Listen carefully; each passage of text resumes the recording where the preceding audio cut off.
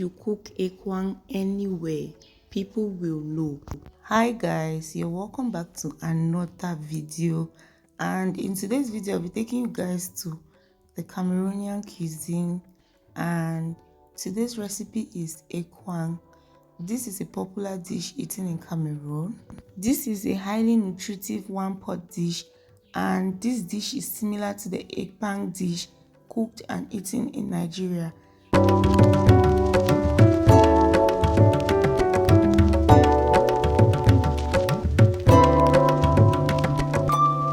Please do not forget to subscribe. Do not forget to give this video a thumbs up. Do not forget to share. Ekwang is a very beautiful meal, and it tastes really yummy if prepared in the right way.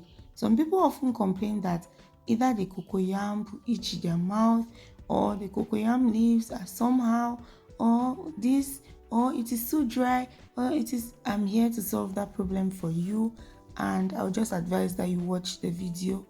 You can actually use the fireside to burn your country onions, or you can just use your gas cooker. Anywhere is fine. I would really advise that you guys buy this nut and burn it and grind it by yourself, so you're very much sure that it is 100% country onions. So I'm going to pound my crayfish, but after selecting it, of course, thereafter I'm going to slice my meat into very small chunks because I just want them everywhere in my ekwang. You can decide to add whichever protein of choice. I've actually seen where they add chicken, shrimps, cow skin, meat, fish, everything to ekwang. I also have here with me some cooking oil, and this is palm oil. This is what is used to cook ekwang. Some seasoning cubes, some tomatoes and onions, ginger, garlic and pepper, and I'm going to blend it to a fine paste. You can actually decide to slice your tomatoes and onions and add to your ekwang. You guys, this particular process of adding tomatoes to your ekwang is optional, but then trust me, it is a game changer, and you should not go in with so much tomatoes. I have here with me my water that is going to boil. I'll use that water to cook my ekwang. So let's move over to the cooking process of this delicious meal. When it comes to cocoyams, I have two types of cocoyams here with me. I have the white cocoyam and the red cocoyam.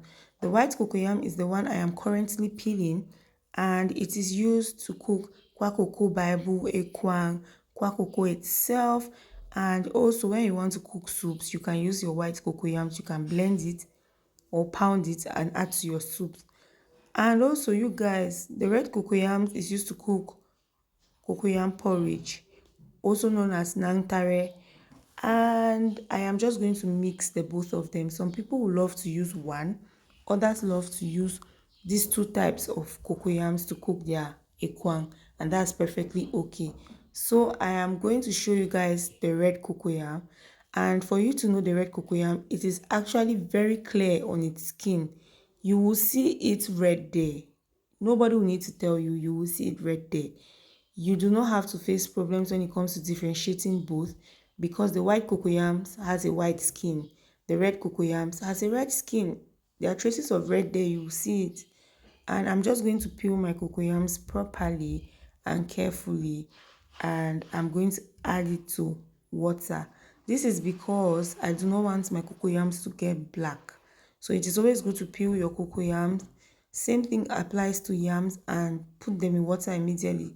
As you can see, this is the red cocoyams I am peeling, and I'm just going to peel all of my cocoyams together, put it in water, wash it properly, and then I'm going to grate it using a grater. I'll show you guys the grater on the screen.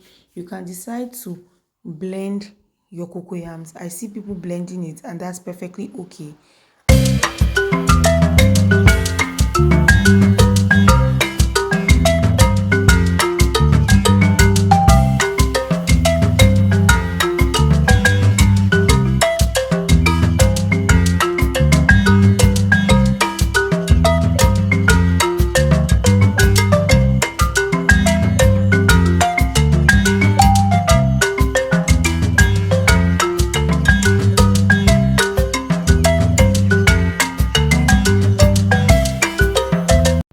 After grating our cocoyams, this is what we have, and I'm going to beat it with my hands. That is because I actually just want to mix everything together. And in so doing, in the course of beating it, I'm going to add in my salt at once to taste. I'm going to beat it properly. In order to prevent your ekwang from itching your throat, what you're going to do is that you're going to cook it on medium to low heat, and also you're going to make sure that you cook it properly. It does not matter if this ekwang stays for so long on the fire, but you have to make sure that you cook it properly.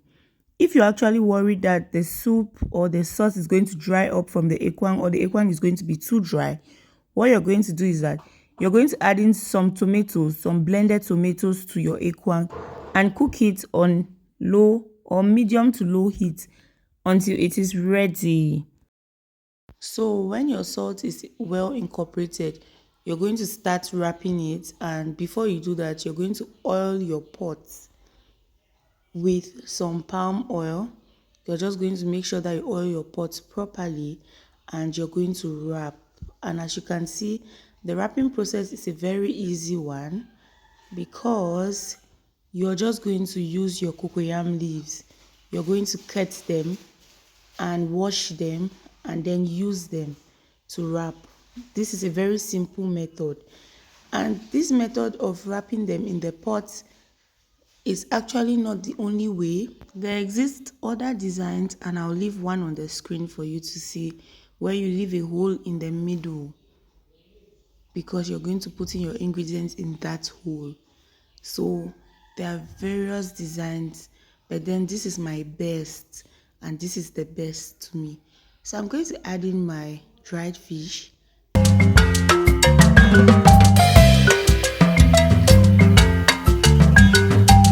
So I'm going to add in my meat at once. I'm just going to add in everything at once except oil. Remember the hot water or the boiling water. Here it is. This is what we are going to use to cook our ekwang, and this is going to help prevent the ekwang fingers from scattering in the pot. You just want to make sure that you season this properly in order for this to have a very, very good taste. And as you see that small country onions, when you are cooking ekwang and you fail to put country onions, I'm definitely sure that your neighbor is not going to know that you are cooking this meal.